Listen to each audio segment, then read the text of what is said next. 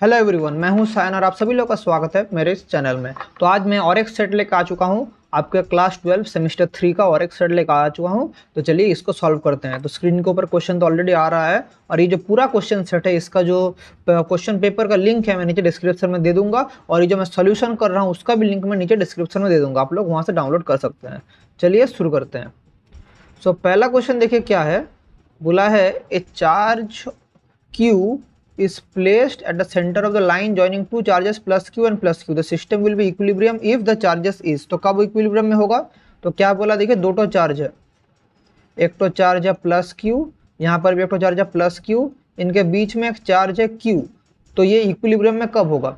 तो अगर मैं दोनों के बीच में सेपरेशन पकड़ लूँ 2r, ए बी के बीच में सेपरेशन 2r पकड़ लूँ, तो ये वाला कितना होगा r, और ये वाला सेपरेशन भी कितना होगा r। तो इक्विलिब्रियम में क्या तीन तो फोर्स होगा, इसके लिए इसके ऊपर जो फोर्स काम करेगा और इसके लिए इसके ऊपर जो फोर्स काम करेगा। तो हमारा F1 प्लस F2 जब इक्वल टू 0 होगा तभी इक्विलिब्रियम में होगा। तो F1 क्या होगा, K Q, ये वाला Q इंटू ये वाला Q, A में जो है B में जो है, तो Q square by 2r whole square, 2r whole square मतलब 4r स्क्वायर लिख सकते हैं हम लोग। प्लस देखिए ये वाला जो चार्ज है Q और प्लस कैपिटल Q, तो इसके लिए क्या होगा K Q into capital Q, दोनों का जो डिफरेंट डिस्टेंस कितना r है, तो आर स्क्वायर इक्वल्स टू 0। अभी बोथ साइड से मैं ये वाला के हटा सकता हूँ, एक क्यू एक स्क्वायर चल गया, आर स्क्वायर चल गया, तो क्या पड़ा रहेगा Q by 4 equals to minus Q, Q by 4 equals to minus Q, या Q equals to minus Q by 4। तो ये वाला मेरा आंसर आ गया Q equals to minus Q by 4। तो कौन सा ऑप्शन करेक्ट है? Option D is the correct answer. तो नेक्स्ट क्वेश्चन देखिए क्या है, समझ पा रहे कैसे हो रहा है, बहुत ही सिंपल है। Next question, A charge Q is situated, देखिए मैं थोड़ा बड़ा कर देता हूँ, आप लोगों को देखने में सुविधा होगा, इसको मैं थोड़ा बड़ा कर देता हूँ। देखिए अभी बोला है ए charge Q is situated at the centre of a cube, A charge Q is situated centre of a cube, the electric flux passes through all the 6 faces. ये तो गॉस लॉ है, Q by epsilon not Q, कोई भी cube हो कि जो भी हो, कोई भी क्यूब हो सकता है, कुछ भी हो सकता है। तो इसका जो ऑल फेसेस से जो फ्लक्स जाता है, फ्लक्स इक्वल टू क्या होता है Q by epsilon not, Gauss law, Gauss law से हम लोग बोल सकते हैं। तो ये वाला क्या होगा Q by epsilon not, option A. Work done in carrying a charge Q once around a circle, once around a circle of radius r with charge Q at the center। तो ये कैसे होगा, देखिए ये भी बहुत सिंपल है कि एक सर्किल में, एक सर्किल है, इसके एक चार्ज है जो एक चार्ज Q है जो घुमाएंगे, सेंटर में एक चार्ज है Q। तो कितना वर्क डन करना पड़ेगा, रेडियस r है। तो देखिए वर्क डन का फॉर्मूला क्या है, Q इंटू वी। सो देखिए Q, V का मतलब क्या है, V1 माइनस V2 मतलब पोटेंशियल डिफरेंस। तो देखिए Q इधर पोटेंशियल डिफरेंस कितना होगा इसके लिए, तो इधर भी Q है, तो चार्ज इधर हमारा पोटेंशियल डिफरेंस एक स्फीयर के लिए, कोई भी एक मतलब सर्कुलर जो कंडक्टर है इसके लिए पोटेंशियल डिफरेंस कितना था, 0 होता है। तो Q इंटू 0, तो ये वाला क्या हो जाएगा, वर्क डन हो जाएगा 0। तो यहाँ पर भी मेरा वर्क डन क्या आ जाएगा, 0 आ जाएगा। ये मैंने कल जो वीडियो छोड़ा था उसमें भी यही सेम चीज़ एक था, तो सेम टाइप का क्वेश्चन इधर दिया है। सो बोला है नेक्स्ट क्वेश्चन देखिए, ये तीनों क्वेश्चन सिंपल लेवल का ही था। तो नेक्स्ट क्वेश्चन देखिए, a cell of internal resistance R is connected to an external resistance capital R, the current will be maximum when. तो क्या बोला है, देखिए मैं नीचे इसका सॉल्यूशन करता हूँ। एक इंटरनल, ये मैंने पेज इसलिए रखा है, एक सेल है जिसका एक इंटरनल रेजिस्टेंस R है, इसका EMF अगर E है, ये कनेक्टेड है एक एक्सटर्नल रेजिस्टेंस कैपिटल R के साथ। तो यहाँ पर जो करंट फ्लो करेगा ये मैक्सिमम कब होगा, यहाँ पर जो करंट फ्लो करेगा मैक्सिमम कब होगा। तो करंट का फॉर्मूला क्या होगा, करंट होगा E by R plus R। इसको मैं ऐसे भी लिख सकता हूँ, E by root R minus R whole square plus 4R into root R, ये मैं लिख सकता हूँ। अभी इसको मैक्सिमम होने के लिए क्या करना पड़ेगा, डिनोमिनेटर छोटा होना पड़ेगा। तो डिनोमिनेटर छोटा मतलब ये वाला टर्म को मुझे 0 होना पड़ेगा। तो root R minus root R whole square equals to 0, या ये इक्वल्स टू 0, यहाँ से क्या आ जाएगा R इक्वल्स टू R। तो ये कंडीशन में हमारा I क्या हो जाएगा, मैक्सिमम हो जाएगा। तो मैक्सिमम कंडीशन क्या निकलेगी, R इक्वल्स टू R। अभी वो वाला क्वेश्चन देख लेते हैं। तो यहाँ पर ऑप्शन ए करेक्ट होगा, देखिए कैसे, R equals to R maximum बोला है, the current will maximum R if R equals to small r, समझ गए। इसके बाद थ्योरेटिकल क्वेश्चन है, galvanometer converted into ammeter by connecting. Galvanometer को जब हम लोग एमीटर करते हैं तो हमें क्या करना पड़ता है, याद आ रहा है, देखिए गैल्वेनोमीटर को जब हम लोग एमीटर करते हैं, एक यहाँ पर गैल्वेनोमीटर रहता है, इसको मैं एमीटर जब करते हैं ऊपर एक शंट कनेक्ट करना पड़ता है पैरेलली, ये शंट का रेजिस्टेंस कम होता है, तो आंसर क्या होगा, लो रेजिस्टेंस इन पैरेलल। नीचे गैल्वेनोमीटर, ऊपर शंट रहता है, शंट क्या है, लो रेजिस्टेंस इन पैरेलल। ठीक है, बहुत बढ़िया। नेक्स्ट क्वेश्चन में आते हैं। An alpha particle and a proton travels with same velocity in a magnetic field perpendicular to the direction of their velocities. The ratio of the radius of the circular path. तो alpha और proton है, तो ratio of the circular path का formula क्या है, जब भी होता है तो फॉर्मूला है M V by Q B, ये फॉर्मूला है। अभी बोला है दोनों सेम वेलोसिटी के साथ जा रहा है, so R alpha by R proton, मतलब अल्फा पार्टिकल तो प्रोटॉन क्या होगा, M alpha by Q alpha. Magnetic field और वेलोसिटी तो सेम है तो वो कट जाएगा, तो क्या पड़ा रहेगा, Q proton by M proton.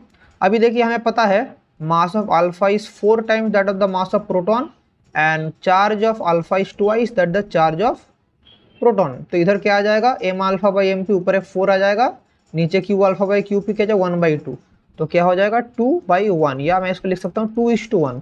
तो करेक्ट आंसर कौन सा होगा, देखिए यहाँ से R alpha is to R beta क्या आ गया, आर बीटा नहीं सॉरी आर प्रोटॉन क्या आ गया 2:1।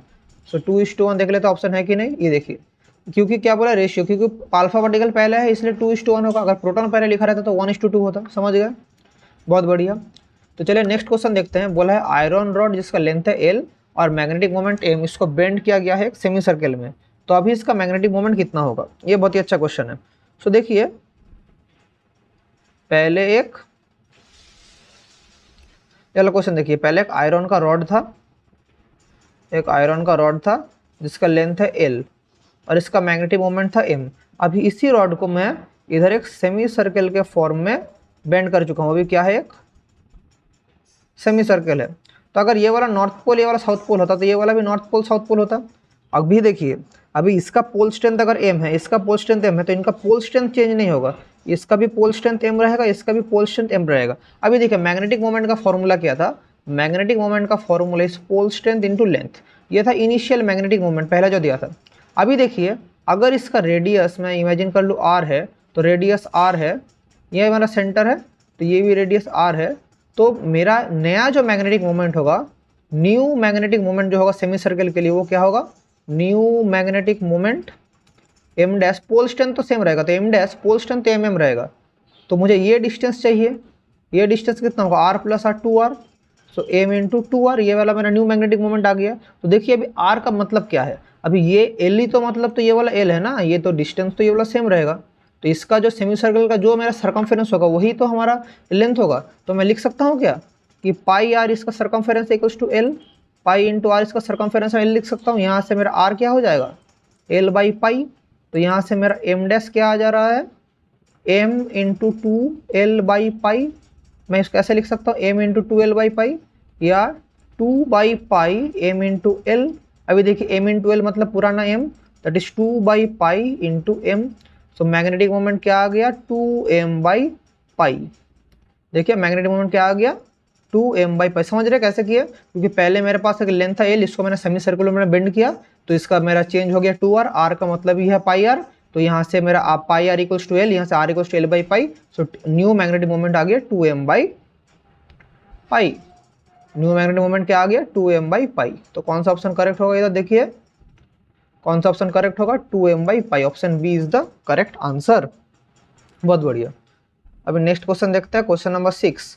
बोला है मैग्नेटिक फ्लक्स कितना लीन होगा, फाई ये वाला दिया है, तो t इक्वल्स टू 2 सेकंड में कितना होगा। तो चलिए ऊपर मैं इसको थोड़ा मिटा के अगर करूँ एक साइड में, तो इसको अगर मैं मिटाऊँ तो कोई प्रॉब्लम नहीं है, क्योंकि ये वाला तो ईजी समय में मिटा रहा हूँ। तो ये वाला भी आप लोगों का ईजी क्वेश्चन है, तो इसको भी हम लोग जल्दी से सॉल्व कर लेंगे। चलिए सो 5 बोला है कितना 3t square plus 4t plus 9, तो magnetic of induced EMF, so induced EMF का फॉर्मूला क्या था माइनस d5 dt। इसको मैं मॉड ऑफ d5 dt भी लिख सकता हूँ, तो इसका जब मैं डेरिवेटिव करूँगा तो क्या होगा 6t प्लस 4। अभी कितना बोला time t equals to 2 second में, चलिए EMF at t equals to 2 second कितना होगा 6 into 2 plus 4 that is 12 plus 4 that is 16 volt.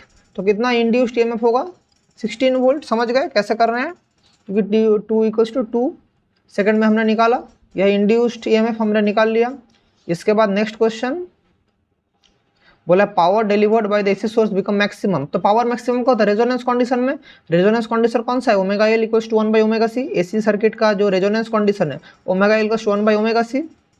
यहाँ से मुझे रेजोनेंस फ्रीक्वेंसी कितना मिलता है, यहाँ से रेजोनेंस फ्रीक्वेंसी मिलता है 1/2 pi root under L C. ये वाला मेरा क्या निकलता है, रेजोनेंट फ्रीक्वेंसी, याद आ रहा है, बहुत बढ़िया। Velocity of electromagnetic wave in free space, ये भी थ्योरेटिकल क्वेश्चन है, root under 1 by mu naught epsilon naught. इसके बाद देखिए असर्शन रीजंस, ये वाला आप लोगों का इस बार आएगा ही आएगा, तो ये वाला न्यू पैटर्न है WBCHSC का न्यू पैटर्न। ये CBSE में पहले से आता है लेकिन WBCHSC में पहले बार आ रहा है ये वाला, तो इसलिए इसको अच्छे से सॉल्व करना। असर्शन रीजन का मतलब क्या है, इसमें 4 चीज़ रहता है। ऑप्शन ए का मतलब है असर्शन सही है, रीजन भी ट्रू है, और reason R is the correct explanation of assertion, इसका मतलब है, मतलब आपको 2 असर्शन एक रीजन दिया रहेगा तो दोनों ही करेक्ट होगा, और जो रीजन है उसका करेक्ट एक्सप्लेनेशन ये वाला है तो वो होगा ऑप्शन ए। ऑप्शन बी क्या है, असर्शन ट्रू है, रीजन भी ट्रू है, लेकिन रीजन असर्शन का करेक्ट एक्सप्लेनेशन नहीं है, तब हम लोग कौन सा मार्क करेंगे, ऑप्शन बी।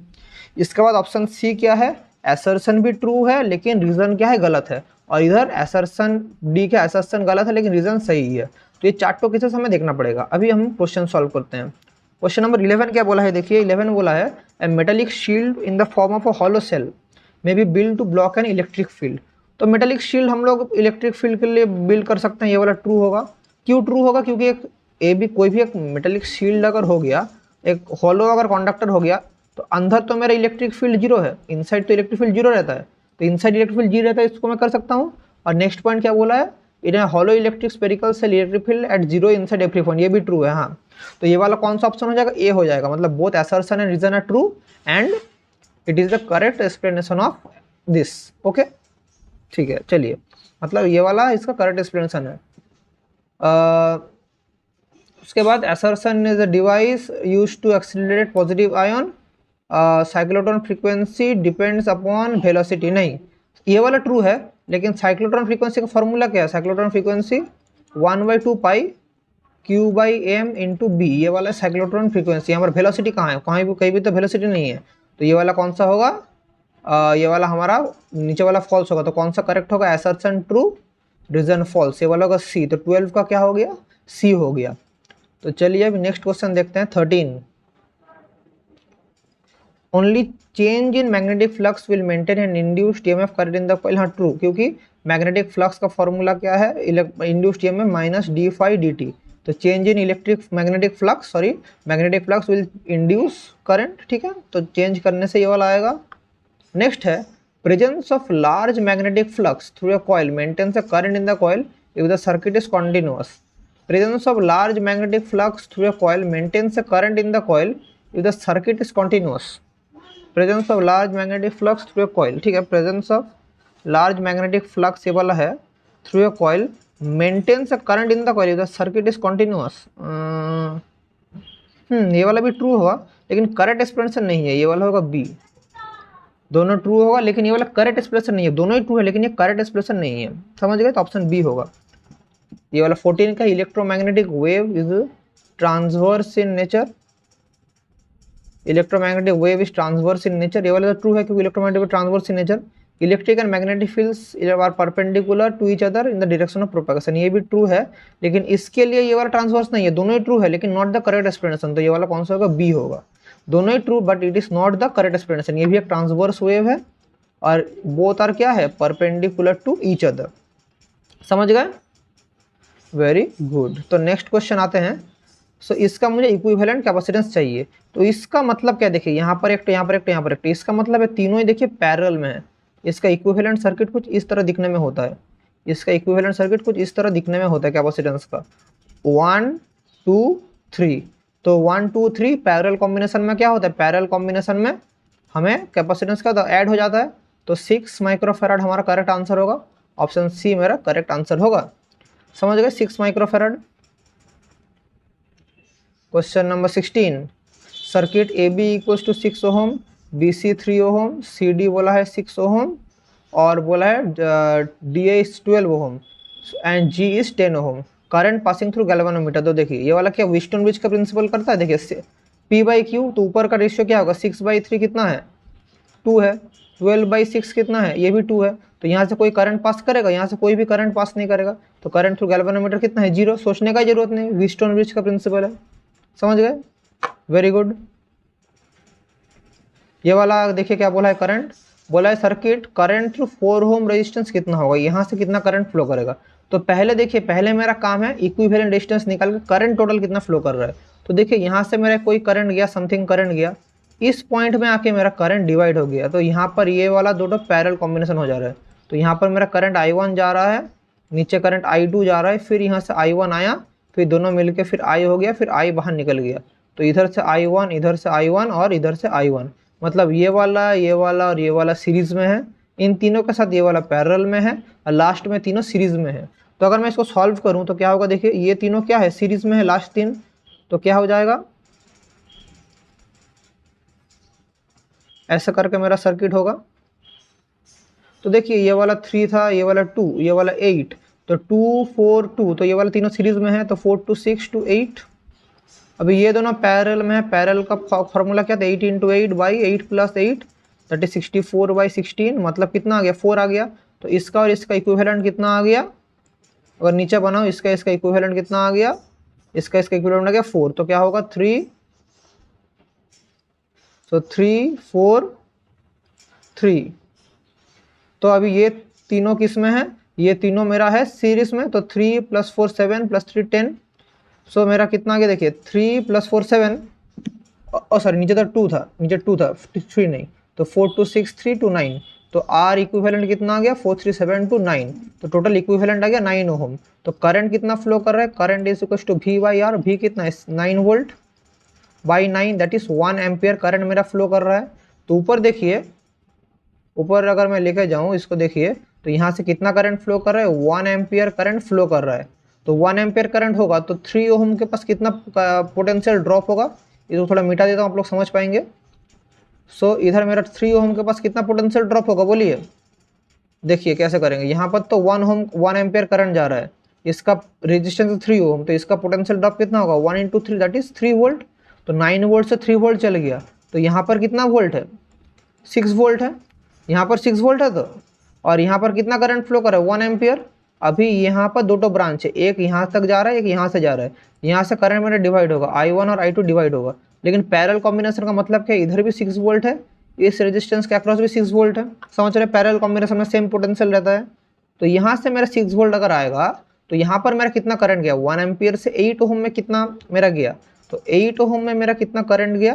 सो पोटेंशियल कितना है, मतलब I1 में I2 निकाल रहा हूँ, पोटेंशियल कितना है 6 वोल्ट, रेजिस्टेंस कितना है 8, दैट इज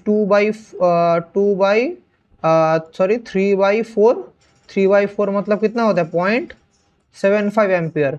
तो 1 एम्पियर में 0.75 इधर चल गया, तो इधर कितना रहेगा, तो बाकी कितना बाकी है, देखिए यहाँ पर मेरा 0.75 एम्पियर चल गया 1 एम्पियर से, तो ऊपर लाइन में कितना जाएगा, तो I1 कितना बाकी रहेगा, I - I1 that is I कितना है, I मेरा है इधर 1 एम्पियर माइनस 0.75 दैट इज कितना बाकी रहेगा 0.25 एम्पियर।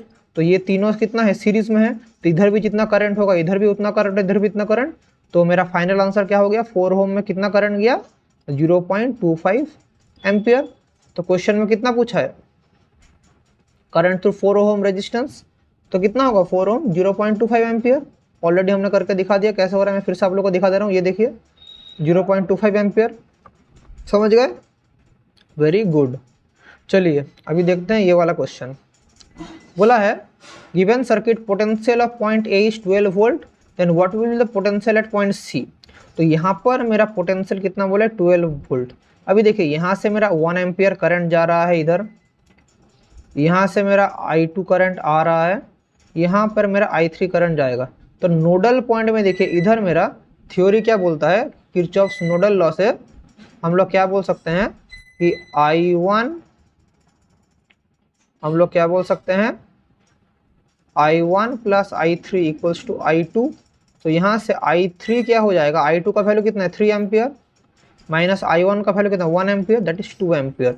तो यहाँ पर कितना करंट फ्लो कर रहा है, ये वाला है 2 एम्पियर फ्लो कर रहा है।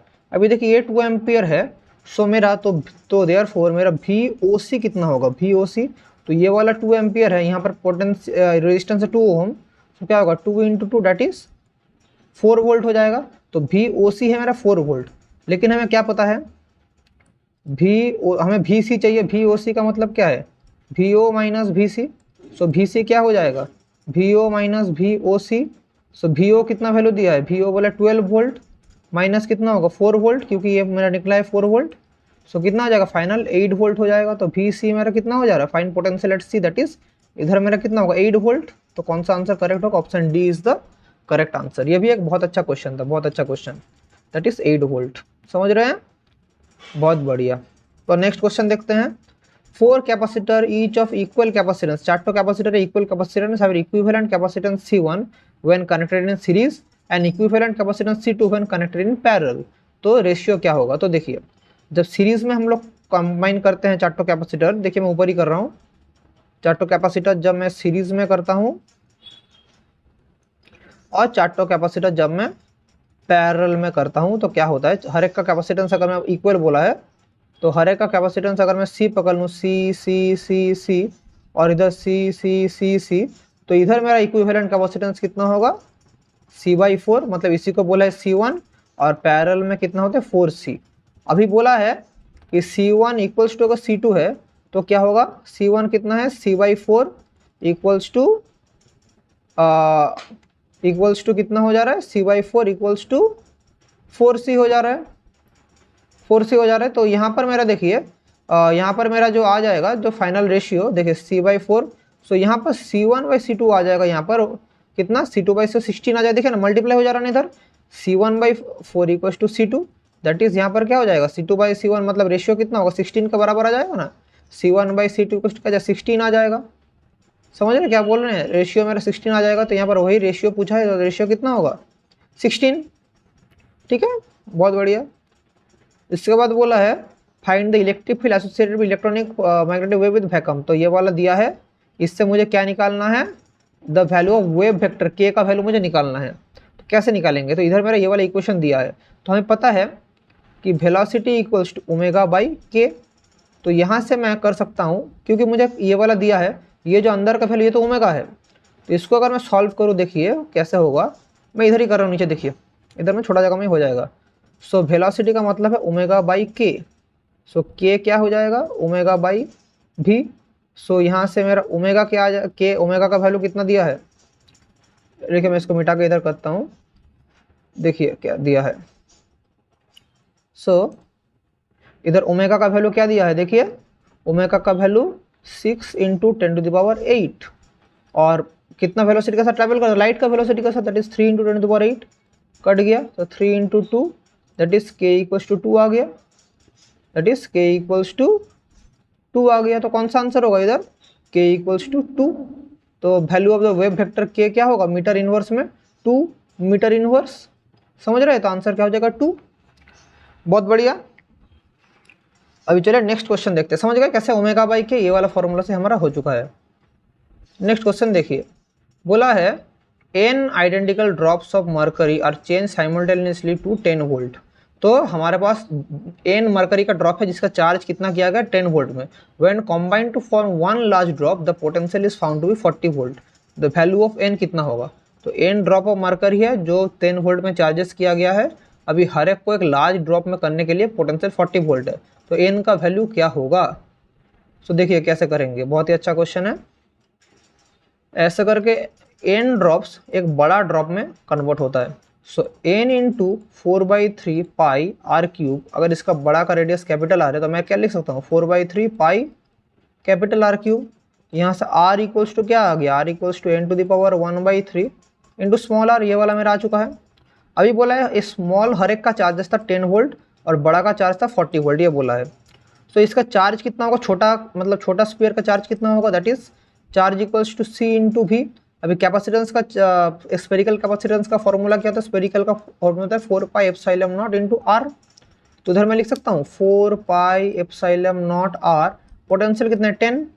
अभी टोटल चार्ज कितना हो गया, तो एक का चार्ज होगा Q1 Q2 करते करते, तो टोटल चार्ज कितना हो जाएगा n इंटू क्यू, क्योंकि n ड्रॉप्स है, तो ये क्या हो जाएगा n इंटू 4πε0 r इंटू 10, इतना टोटल चार्ज होगा।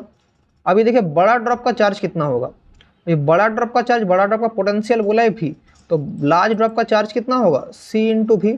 सो ये वाला का छोटा ड्रॉप का था, तो बड़ा ड्रॉप का क्या होगा, 4 pi epsilon naught R। Potential कितना है, 40 वोल्ट। अभी अकॉर्डिंग टू क्वेश्चन, क्योंकि ये सब ड्रॉप मिलके ये वाला ड्रॉप बना है, तो इसका जो चार्ज होगा और इसका जो टोटल चार्ज होगा दोनों सेम होगा। तो मैं लिख सकता हूँ Q equals to small q, that is Q का मतलब क्या, 4 pi epsilon naught capital R into 40 equals to n into 4 pi epsilon naught R into 10 मैं लिख सकता हूँ ऑब्वियसली। तो देखिए यहाँ पर 4 पाई एप्सिलॉन नॉट कट गया, 4 पाई एप्सिलॉन नॉट कट गया, 0 0 कट गया, तो क्या पड़ा रहेगा कि n equals to 4R by small r, ये मेरा पड़ा रहेगा n equals to 4R by small r। अभी देखिए r का वैल्यू क्या दिया, r का वैल्यू है n टू द पावर 1/3। तो r का वैल्यू अगर n टू द पावर 1/3 है तो 4 बाई r, इसको मैं क्या लिख सकता हूँ, n to the power 1/3 into small r।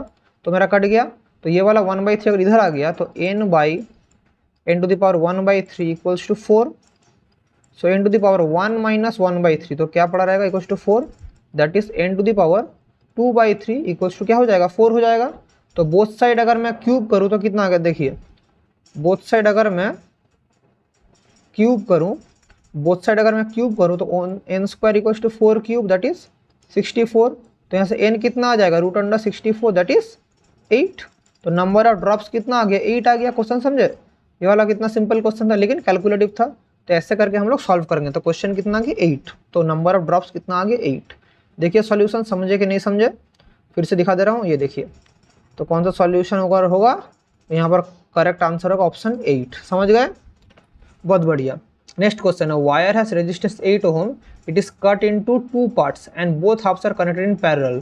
तो न्यू रेजिस्टेंस कितना होगा, एक वायर का रेजिस्टेंस है 8 ओम, दोनों को कट कर दिया गया है और कनेक्टेड किस में है, पैरेलल में। तो पैरेलल में कनेक्टेड होगा तो रेजिस्टेंस 8 है, तो कट दिया मतलब दोनों का रेजिस्टेंस कितना हो गया, 4 और 4। तो पैरेलल में है तो कितना होगा, 4 into 4 by 4 plus 4 8। So 4 into 2 cut गया, तो फाइनल आंसर क्या निकल गया, 2 निकल गया। तो ये वाला होगा 2 ओम, क्योंकि हमें पता है resistance is directly proportional to length half होगा तो रेजिस्टेंस भी हाफ होगा। तो 4 ओम पैरेलल में है, तो 4 इंटू 4 बाई 4 प्लस 4 करेंगे तो 2 ओम आ गया। उसका नेक्स्ट क्वेश्चन बोला है, 2 heater wires of equal length are first connected in parallel and then in series, ratio of the heat produce क्या होगा। अच्छा, दो हीटर का वायर है, पहले कनेक्टेड है पैरेलल में देन सीरीज में, तो resistance directly proportional to L। तो जब पैरेलल में रहता है तब मेरा रेजिस्टेंस कितना होगा, पैरेलल में रहने से हो जाएगा R1 R2 by R1 plus R2, तो क्या होगा R/2। जब सीरीज में रहता तब रेजिस्टेंस क्या होगा, R plus that is 2R। अभी हीट प्रोड्यूस का फॉर्मूला क्या, heat is directly proportional to resistance. So दोनों का रेशियो क्या होगा, तो RP इज टू RS करेंगे, वही होगा रेशियो। तो H1 बाई H2 करेंगे तो क्या होगा, R/2 by 2R, that is 4 आ जाएगा। रेशियो मेरा कितना आएगा, R/H2 बाई H1 करेंगे तो कितना आएगा, 4 आएगा। अगर नहीं समझ पाए मैं बड़ा करके दिखा दे रहा हूँ, देखिए मैं ऊपर करके दिखा दे रहा हूँ कैसे करेंगे। देखिए दो हीटर का वायर है, एक का रेजिस्टेंस अगर H इक्वल्स टू, तो हमें पता है I² RT बाई 4.2 जूल्स लो, तो H is directly proportional to R। तो पहले वाला का रेजिस्टेंस क्या आ गया सीरीज में, जब पैरेलल में R/2, दूसरा वाला का है 2R जब सीरीज में है। सो H2 बाई H1 करेंगे तो क्या होगा, 2R by R/2, that is कितना आ जाएगा, रेशियो करने से 4 आ जाएगा। तो ये वाला मेरा वही मैंने बोला, इधर क्या किया मैंने, वही इसको सॉल्व करके मैंने क्या बोला, ऑप्शन D 4 होगा। समझे, ठीक है। फिर सेक्शन ई क्या बोला है, सेक्शन ई बोला है कि मुझे क्या करना है, यहाँ पर मैग्नेटिक, एक केस बेस्ड है, मतलब ये केस पढ़ के ये करना है। लेकिन मैं आप लोगों को पहले भी बोल चुका हूँ कि ये सब ज़्यादा पढ़ने का जरूरत नहीं, आप लोग पढ़ेंगे अगर कोई इंपॉर्टेंट डेराइवेशन है, नहीं तो ये तो सब थ्योरी है, आप लोग थ्योरी में ऑलरेडी पढ़ के आ चुके हैं। डायरेक्टली हम लोग अभी सॉल्व करेंगे, क्या क्वेश्चन दिया है अभी हम लोग डायरेक्टली उसको देखेंगे। तो पहला वाला देखिए क्या दिया है, direction of magnetic field due to current element dl at a point r from it when current I passes through the long conductor in the direction क्या होगा। सो डायरेक्शन ऑफ db, तो देखिए db का direction क्या है, dl cross r। तो dl cross r मतलब dl और r जिस प्लेन में है दोनों का साथ ही परपेंडिकुलर होगा। तो देखिए कौन सा होगा, db, क्योंकि dl क्रॉस r मतलब ही तो the plane containing dl and r उसका परपेंडिकुलर होगा। तो ये वाला कौन सा आंसर हो जाएगा, dl एंड r। समझ गए, very good, perpendicular to both dl and r। The magnetic field due to current in a straight wire line segment L at a point perpendicular bisect at a distance r। So देखिए एक लंबा wire जब रहता है तो उसका magnetic field का formula क्या है, बायो-सावर्ट लॉ से B equals to mu naught I by 4 pi R sine alpha plus sine beta. तो देखिए B इज तो इनवर्सली प्रोपोर्शनल टू R है, B तो इनवर्सली प्रोपोर्शनल टू R है ना, या और दूसरा कुछ इनवर्सली प्रोपोर्शनल टू R है। तो डिक्रीज कैसे होगा, decreases as 1 by R, nothing extra, तो decreases as 1 by R। Very good, समझ रहे हैं। Two long straight wires are set parallel to each other. Each carries a current 1 and separation between two are the intensity of magnetic field at midway. अच्छा Midway में क्या होगा, इसके same direction में जा रहा है, same direction like parallel currents क्या करता है, लाइक पैरेलल करंट रिपेल करता है। सो इसके लिए इस तरफ काम करके, इसके लिए इस तरफ, दोनों सेम है तो दोनों को कैंसिल करेगा तो क्या आंसर आ जाएगा, 0 आ जाएगा आंसर। तो next question, two long straight wires carrying current on z axis for any 2 points which of the following is always false. अच्छा, दो लॉन्ग स्ट्रेट वायर है एक्स वाई प्लेन में, दोनों एकदम फॉल्स है। Magnetic fields are equal, direction of magnetic field are same. The always मतलब false होगा। देखिए magnitude of the magnetic fields are equal, the field at any point, ये वाला field at any one point is opposite to the other point, हाँ ये वाला तो true है। Magnitude of the magnetic fields are equal, हाँ, तो क्योंकि दोनों में सेम करंट जा रहा है तो मैग्नेटिक फील्ड इक्वल रहेगा। Direction of the magnetic fields are same, magnetic fields are equal. देखिए direction of the magnetic field same हो भी सकता है, नहीं भी हो सकता, इसलिए ये भी ट्रू है। लेकिन magnetic fields are always equal, ये कभी नहीं होगा। मैग्नेटिक फील्ड मतलब दो चीज़ आते हैं, एक डायरेक्शन और एक मैग्नीट्यूड, इसलिए ये वाला मेरा ऑलवेज क्या होगा, फॉल्स होगा, क्योंकि कभी मेरा ट्रू होगा कभी गलत होगा अगर दोनों सेम डायरेक्शन में। तो बोला ऑलवेज फॉल्स, ऑलवेज फॉल्स मतलब कौन सा होगा, option A is always false. तो करेक्ट आंसर इधर होगा क्या, ऑप्शन ए। फिर बोला Biot Savart law can be express alternately as Ampere circuit law. Biot Savart law को ऑल्टरनेटली हम लोग एम्पियर सर्किट लॉ से एक्सप्रेस कर सकते हैं। अभी देखिए ये नेक्स्ट क्वेश्चन, एक रेजिस्टेंस आर, एक एसी सर्किट का क्वेश्चन दिया है। फिर बोला है हमारे पास क्या क्या दिया है, हमारे पास रजिस्टर कितना दिया है 12 ओम, रिएक्टेंस कैपेसिटर का रिएक्टेंस बोला है 14 ओम, और प्योर इंडक्टर का इंडक्टेंस बोला 0.1 हेनरी, और 200 वोल्ट और 50 हर्ट्ज एसी सप्लाई है। तो मुझे ये वाला आंसर्स करना पड़ेगा। तो value of the inductive reactance, inductive reactance का मतलब क्या, एक्सएल मतलब omega into L. So omega का वैल्यू कितना है 50 हर्ट्ज, तो मतलब 2 पाई, ओमेगा का मतलब क्या है 2 pi F into L, that is 2 into 3.14। F का वैल्यू कितना दिया है 50 हर्ट्ज, एल का वैल्यू कितना दिया है देखिए 0.1 हेनरी। तो इसको सॉल्व करेंगे कितना होगा, ये इधर 0 ये वाला चल गया, सो 2 इंटू 5 10, दैट इज 31.4 ओहम आ जाएगा मेरे इंडक्टिव रिएक्टेंस। तो कितना होगा 31.4 ओहम, ठीक है। उसके बाद वैल्यू ऑफ इम्पीडेंस, इम्पीडेंस का वैल्यू कितना होगा, रेजिस्टेंस बोला है 12 ओहम, कैपेसिटर का रिएक्टेंस 14 और ये वाला लिखते हैं 31.4। तो इसको सॉल्व कर लेते हैं। इम्पीडेंस का फॉर्मूला क्या था, इम्पीडेंस का फॉर्मूला था root under of R square plus X L minus X C whole square. तो आर स्क्वायर 12 दिया है तो ये वाला कितना होगा 144, प्लस ये वाला मेरा कितना निकला है देखिए, एक्स एल निकले 31.4, माइनस एक्स सी कितना दिया है क्वेश्चन में देखिए, बोले 14 ओम, कैपेसिटर का रिएक्टेंस कितना है 14 ओम। तो इसको करेंगे कितना होगा 144 प्लस मतलब इसका होल स्क्वायर, तो इसको सॉल्व करेंगे तो कितना आएगा 17.4, इधर 17.4 आएगा इसका होल स्क्वायर। मैं नियरली इक्वल्स टू इसको 144 प्लस 17 का स्क्वायर ही पकड़ लेता हूँ, नियरली इक्वल्स टू। तो 17 का स्क्वायर कितना होता है 144 प्लस 289। तो इसका दोनों ऐड करेंगे, नियरली इक्वल्स टू कितना आएगा, मतलब इसका जब सॉल्व करेंगे कितना आएगा 9 4 13 1 8 4 12 13 1 433 आ रहा है। तो इसको मैं नियरली इक्वल्स टू 21 बोलता हूँ, nearly equals to 21 point something होगा। तो जो भी होगा 21 के आसपास वही हमारा करेक्ट आंसर होगा। तो 21 के आसपास कौन सा है 21.13, तो यही मेरा करेक्ट आंसर होगा। तो कैलकुलेटर के बिना हम लोग ऐसे ऑप्शन एलिमिनेशन करके भी कर सकते हैं, नियरली इक्वल्स टू किसके पास है। तो देखिए नियरली इक्वल्स टू हमने करके दिखा दिया कैसे है। उसके बाद बोला value of current in the circuit. तो करंट कितना है, एसी का सोर्स कितना है 200 वोल्ट, और इम्पीडेंस कितना है अभी ये निकला 21 के पास। सो करंट कितना हो जाएगा, करंट मतलब पोटेंशियल बाय इम्पीडेंस, तो 200 डिवाइडेड बाय 21, तो nearly equals to 9 point something. तो जो भी 9 पॉइंट समथिंग के पास होगा वही इसका करेक्ट आंसर होगा। तो 9 के आसपास कौन सा है 9.46, क्योंकि 10 तो नहीं होगा ना, ये 21 इन 10 करेंगे 210 हो जाएगा, तो उतना तो नहीं होगा, 9 पॉइंट समथिंग एम्पियर होगा, 9 पॉइंट समथिंग। तो ये वाला कौन सा हो गया मेरा 9.46। ऐसे देखिए, ऐसे अप्रॉक्सीमेशन के साथ हम लोग करेंगे। हमेशा हमें जो एक्यूरेट आंसर निकालना पड़ेगा, हमारे पास कैलकुलेटर अवेलेबल नहीं है, इसलिए हम लोग अप्रॉक्सीमेशन करके भी बहुत सारे आंसर सॉल्व कर सकते हैं। ठीक है, समझ गए। अभी बोला है what is the phase angle between current end voltage. Phase angle कैसे करेंगे? अभी tan फाई का वैल्यू हमें क्या पता है, XL minus XC by R. So XL minus XC कितना निकला 17/4, बाई कितना है 12, क्योंकि रेजिस्टेंस R है। इसको मैं नियरली इक्वल टू 17/12 भी लिख सकता हूँ। इसको सॉल्व करेंगे कितना आएगा 12 1 ज़ा 12। इसको अगर डायरेक्ट भी सॉल्व कर सकता हूँ, अप्रॉक्सीमेशन करने का जरूरत नहीं। अगर मैं करूँ 3 से करूँ तो 3 4 ज़ा 12, 3 5 ज़ा 15, 3 8 ज़ा 24, और इसको करेंगे तो 4 1 ज़ा 4 18, 4 4 ज़ा 16, 4 5 1.45 तो फाइव कितना होगा, 5 होगा tan इनवर्स 1.45।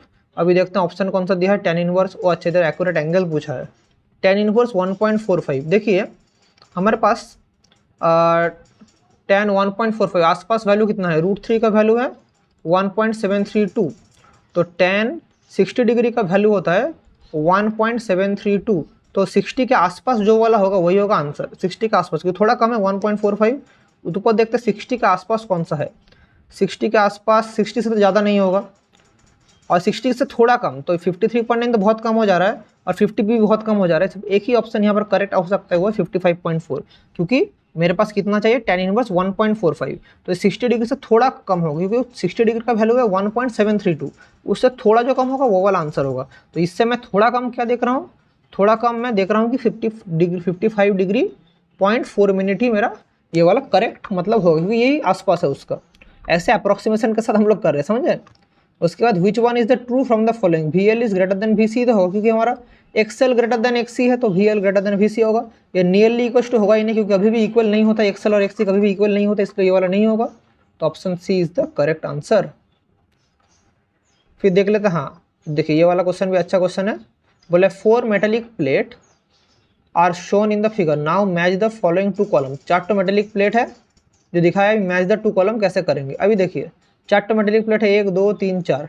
अभी electric field region 1, region 2, region 3, region 4, 4 के लिए मुझे करना है। तो देखिए मैं 4 के लिए यहाँ पर मेरा 4 मेटेलिक मेरा प्लेट है, ठीक है। यहाँ पर चार्ज है सिग्मा, यहाँ पर -2 सिग्मा, यहाँ पर फिर सिग्मा, और ये वाला कुछ नहीं है, ये वाला तो गलत हो गया।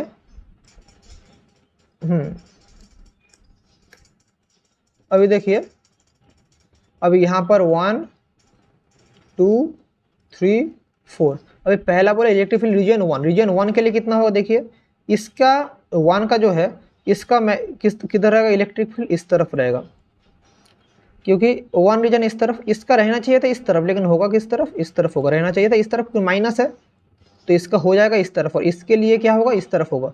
सो यहाँ पर मेरा एक E1, यहाँ पर E2, यहाँ पर क्या होगा E3। So total electric field क्या होगा, E1 plus E2 plus E3 होगा, क्योंकि मुझे रीजन 1 में चाहिए। तो इसके लिए मेरा इस तरफ होगा, लेकिन इसके लिए इस तरफ, लेकिन इसके लिए मेरा इस तरफ, दोनों ऐड हो रहा है।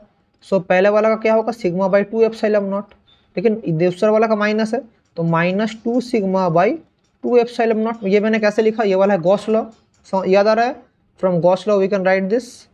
और थर्ड रीजन के लिए क्या होगा, plus sigma by epsilon naught. So 2 2 cut गया, तो sigma by 2 epsilon naught, sigma by 2 epsilon naught, तो क्या होगा sigma by epsilon naught minus sigma by epsilon naught, दोनों मिलकर क्या हो गया 0। सो पहले वाला का ऑप्शन क्या हो जाएगा 0, तो फर्स्ट वाला का ऑप्शन क्या हो गया 1 का हो गया 0। अभी पूछा है सेकेंड रीजन के लिए, जब सेकेंड रीजन के बाद बोलेंगे इसके लिए, तो इसके लिए एक होगा इस तरफ, इसके लिए होना चाहिए था इस तरफ, लेकिन होगा किस तरफ, इस तरफ, और इसके लिए किस तरफ होगा, इस तरफ होगा। समझ पा रहे हैं, ये माइनस है। सो इसके लिए इस तरफ, इसके लिए ऑपोजिट तरफ, दोनों ऐड होगा, और एक मेरा इस तरफ रहेगा, तो क्या हो जाएगा सिग्मा बाई एप्सिलॉन नॉट, क्योंकि मैं रीजन 2 बोल रहा हूँ, प्लस मेरा एक्चुअली माइनस होगा 2 सिग्मा बाई एप्सिलॉन नॉट, और लास्ट वाला सिग्मा बाई एप्सिलॉन नॉट, ये लास्ट वाला भी माइनस होगा। तो देखिए मेरा क्या हो जा रहा है, इधर मेरा सिग्मा बाई एप्सिलॉन नॉट है, और इधर minus sigma by epsilon not है, तो ये वाला कट गया, क्या पड़ा रह जा रहा है 2 सिग्मा बाई एप्सिलॉन नॉट। बोलेंगे सर माइनस था, तो माइनस तो मेरा था इधर, लेकिन डायरेक्शन अपोजिट है, इसलिए मैं इसको ऐसे लिख सकता हूँ कि ये वाला है। तो मेरा इलेक्ट्रिक फील्ड इन रीजन 2 क्या हो जाएगा, 2 सिग्मा बाई एप्सिलॉन नॉट। इसके बाद है option 3, 2 sigma in region 3। Region 3 क्या होगा, रीजन 3 ये इस तरफ आएगा अभी, लेकिन ये वाला किस तरफ जाएगा, इस तरफ जाएगा, और ये वाला इस तरफ रहेगा। तो मेरा फर्स्ट वाला के लिए कितना होगा, फर्स्ट वाला के लिए सिग्मा बाई एप्सिलॉन नॉट रहेगा इस तरफ। सेकेंड वाले के लिए 2 सिग्मा बाई एप्सिलॉन नॉट, ये आना चाहिए था इस तरफ लेकिन जाएगा उस तरफ, तो ये वाला भी मेरा क्या हो जाएगा, 2 सिग्मा बाई एप्सिलॉन नॉट। और एक हो जाएगा इस तरफ से आएगा, that is minus sigma by epsilon naught. So देखिए थर्ड रीजन के लिए ये वाला इस तरफ है, ये वाला इस तरफ है, और ये वाला आना चाहिए था इस तरफ लेकिन जा रहा है इस तरफ। सो मतलब ये भी उल्टी तरफ है। मतलब यहाँ पर मेरा जो होगा, यहाँ पर जो होगा, एक मिनट, मैं जो इधर थर्ड रीजन के लिए, सेकंड रीजन में शायद कुछ गलत किया, एक मिनट, जो सेकंड रीजन को मिटाइए, तो एक मिनट में सेकंड रीजन को अच्छा से समझिए क्या बोल रहा हूँ, इसको थोड़ा देखिए सेकंड रीजन क्या बोला है, उसके बाद मैं दिखाऊंगा। सेकंड रीजन देखिए क्या बोला है, सेकंड रीजन देखिए यहाँ पर सेकंड रीजन, तो इसके लिए इलेक्ट्रिक फील्ड इस तरफ होगा, इसका होना चाहिए था इस तरफ, मतलब इसका, लेकिन ये रहेगा किस तरफ, इस तरफ रहेगा, और थर्ड वाला इस तरफ, मतलब ये दोनों ऐड होगा, ये वाला ऐड होगा, ये वाला माइनस होगा। So sigma by 2 epsilon not, ये वाला कितना होगा, plus 2 sigma by epsilon naught minus sigma by 2 epsilon naught. तो ये वाला कट गया, बाकी क्या पड़ रहा है, 2 सिग्मा बाई एप्सिलॉन नॉट। अच्छा, तो ये वाला मैंने ठीक ही किया था, सेकंड वाला ये वाला ठीक ही किया था, ये वाला समझ गए, सेकंड वाला। अभी थर्ड वाला देखिए, अभी थर्ड वाला देखिए, थर्ड वाला कैसे करेंगे, अभी थर्ड वाला कैसे करेंगे। थर्ड वाला बोला electric field in region 3, region 3, तो रीजन 3 के लिए ये वाला रहेगा इस तरफ, ये वाला रहना चाहिए था इस तरफ, लेकिन रहेगा किस तरफ, इस तरफ, और ये वाला रहेगा इस तरफ, मतलब ये दोनों ऐड होगा और ये वाला माइनस होगा। So sigma by 2 epsilon naught minus 2 sigma by 2 epsilon naught minus sigma by 2 epsilon naught. तो ये वाला कट गया, 2 कट गया, सिर्फ पड़ा रहेगा सिग्मा बाई एप्सिलॉन नॉट। तो ये वाला हो जाएगा मेरा ऑप्शन 3, ये वाला हो जाएगा 3, और 4 वाला होगा इलेक्ट्रिक फील्ड इन रीजन 4। तो रीजन 4 का क्या होगा, देखिए रीजन 4 का क्या होगा, रीजन 4 के लिए मुझे इसका रहेगा इस तरफ, इसका इस तरफ, और इसका भी रहेगा इस तरफ, मतलब ये दोनों ऐड होगा और ये वाला माइनस होगा, that is sigma by 2 epsilon naught minus 2 sigma by 2 epsilon not plus sigma by 2 epsilon naught. तो क्या पड़ा रहेगा, sigma by epsilon naught minus sigma by epsilon not, ये पड़ा रहेगा। देखिए ना मैं क्या कर रहा हूँ, इधर लिख रहा हूँ, ये 1 के लिए कितना है, सिग्मा बाई 2 एप्सिलॉन नॉट, 2 के लिए क्या है minus 2 sigma by 2 epsilon not, और लास्ट वाला के लिए क्या है plus sigma by 2 epsilon not, ये जो लास्ट वाला इसके लिए। तो ये वाला ऐड हो जाएगा, तो sigma by epsilon naught minus 2 cut गया, that is sigma by epsilon naught. तो क्या हो जाएगा, आंसर 0 हो जाएगा। सो इसका आंसर भी क्या हो जाएगा, 0, तो 4। तो अभी करेक्ट ऑप्शन देख लेते हैं यहाँ से कौन सा दिया है। तो 1 का होगा डी, 1 का डी कौन सा दिया, ये वाला दे, 1 का डी, 2 का होगा बी, 2 का होगा 3 का होगा ए, 3 का होगा ए, और 4 का होगा डी, 4 का होगा डी। यही वाला मेरा करेक्ट लग रहा है, यही वाला मोस्ट एक्यूरेट आंसर है, समझ गए। ठीक है, चलिए अभी नेक्स्ट क्वेश्चन देखते हैं। अब यहाँ चाहिए वाला क्वेश्चन भी अच्छा है, rated power of a bulb बोला है, वोल्टेज पी बोला है। अभी मुझे देखना है कि ये कैसे काम कर रहा है। अभी देखिए 2 बल्ब्स और 2 बल्ब है, हर बल्ब का पोटेंशियल है V, और कितना वोल्टेज में P पावर है P। तो ये 4 अलग अलग केस है, कौन सा में क्या काम करेगा मुझे ये देखना है। तो कैसे करेंगे, थोड़ा कलर चेंज कर लेता हूँ, आप लोगों को भी अच्छा लगेगा। हाँ ये वाला कलर में करते हैं, चलिए। सो देख लेते हैं क्या बोला है। तो बोला दोनों बल्ब जब पैरेलल में कनेक्ट होगा तब क्या होगा, दोनों बल्ब जब पैरेलल में कनेक्ट होता है तो देखिए हमें क्या पता है, देखिए 2 बल्ब, पहले क्या बोला है, ऐसे 2 बल्ब है, ये मेरा पैरेलल कॉम्बिनेशन में कनेक्ट है। तो हमें पता है V power equals to V² by R। तो आर हो जाएगा क्या, वी स्क्वायर बाई पी। तो दोनों का रेजिस्टेंस आर है, आर आर, तो पैरेलल में होगा तो आर इक्विवेलेंट कितना हो जाएगा, R into R by R plus R, तो यहाँ पर आर बाई 2 हो जाएगा। तो यहाँ पर पावर क्या हो जाएगा, power equals to V square by R, P dash equals to V square by R. So मतलब ये आर तो ई क्यू है, so V square by R E का मतलब क्या, R by 2, that is 2 into V square by R, that is twice P. तो पहला condition में पावर कितना आ गया, ट्वाइस पी। सो पहले वाला का आंसर क्या होगा, ये वाला 1 है। फिर बोला है दोनों को सीरीज में करो, फिर बोला है दोनों को सीरीज, मतलब यहाँ पर दो बल्ब है सीरीज में रहेगा। तो आर आर, यहाँ से आर ई क्यू कितना हो जाएगा, 2r। तो यहाँ से पी डैश क्या हो जाएगा, V square by R E Q, that is V square by twice of R, that is क्या हो जाएगा, पी बाई 2 हो जाएगा। तो कौन सा ऑप्शन करेक्ट होगा, पी बाई 2, दैट इज ये वाला मेरा क्वेश्चन का आंसर हो गया सेकंड वाला का। थर्ड वाला क्या है, दो बल्ब पैरेलल में और एक बल्ब सीरीज में, दो बल्ब पैरेलल और उसके साथ एक बल्ब सीरीज। सो देखिए ऐसे करके दो बल्ब पैरेलल उसके साथ एक बल्ब सीरीज में है। सो आर आर, यहाँ पर एक तो आर, तो ये दोनों जब मैं कॉम्बाइन करूंगा आर आर कितना हो जाएगा, आर बाई 2, क्योंकि पैरेलल में है, इसके साथ ये वाला रेजिस्टेंस आर, तो कितना कॉम्बिनेशन हो जा रहा है, 3r बाई 2।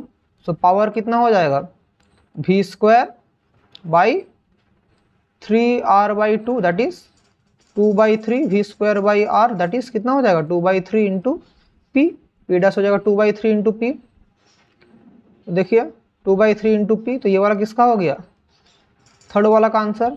और group of two bulbs parallel are mutually connected in series, group of two bulbs in parallel are mutually connected in series, two bulb parallel में है वो म्यूचुअली कनेक्टेड रहेगा सीरीज में।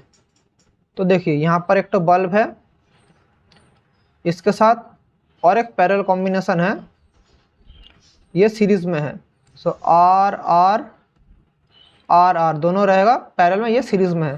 तो इसके लिए क्या हो जाएगा, R by 2 plus R by 2, that is इसके लिए कॉम्बिनेशन का क्या है, आर बाई 2, इसका कॉम्बिनेशन क्या, आर बाई 2, तो दोनों मिलके क्या हो जाएगा, आर। समझ गए, तो ये मिलके कितना हो जा रहा है, आर हो जा रहा है। सो मेरा यहाँ से पावर कितना आ जाएगा, power P dash equals to V square by R, that is P. तो power equals to P. So यहाँ पर मेरा क्या आ जाएगा, पहले वाला फोर्थ वाला का आंसर क्या आ जाएगा, 1, यह आ जाएगा 1/4। सो कौन सा ऑप्शन करेक्ट है, देखिए 1 का होगा 3, मतलब 1 का होगा डी, 1 का मेरा होगा बी, 1 का होगा बी, और 2 का होगा सी, ये वाला होगा सर, 2 का होगा नहीं ये नहीं, 2 का होगा सी, 3 का होगा डी, और 4 का होगा ए। हाँ ये वाला ऑप्शन करेक्ट है। चलिए हाँ हमारा हो गया। तो देखिए ओवरऑल हमने 35 सवाल कर लिए, और आई होप आप लोग भी समझ पाए कि कैसे करेंगे। देखिए क्वेश्चन मैं ये वाला भी शीट भेज दूंगा आप लोगों को, कैसे मैंने सॉल्व किया।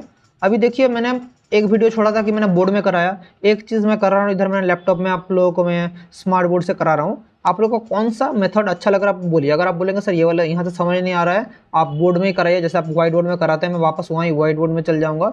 अगर आप बोलते हैं सर ये वाला ज़्यादा समझ आ रहा है कि क्वेश्चन सामने देख पा रहे हैं, तो मैं इसी चीज़ में कराऊँगा। आप लोग सजेस्ट कीजिए कि कौन सा मेथड अच्छा है, आप लोग किससे समझ पा रहे हैं और क्या क्या डाउट रह जा रहा है। मैं पूरा जो सीट है इस सीट आप लोगों के साथ शेयर कर दूंगा, ठीक है।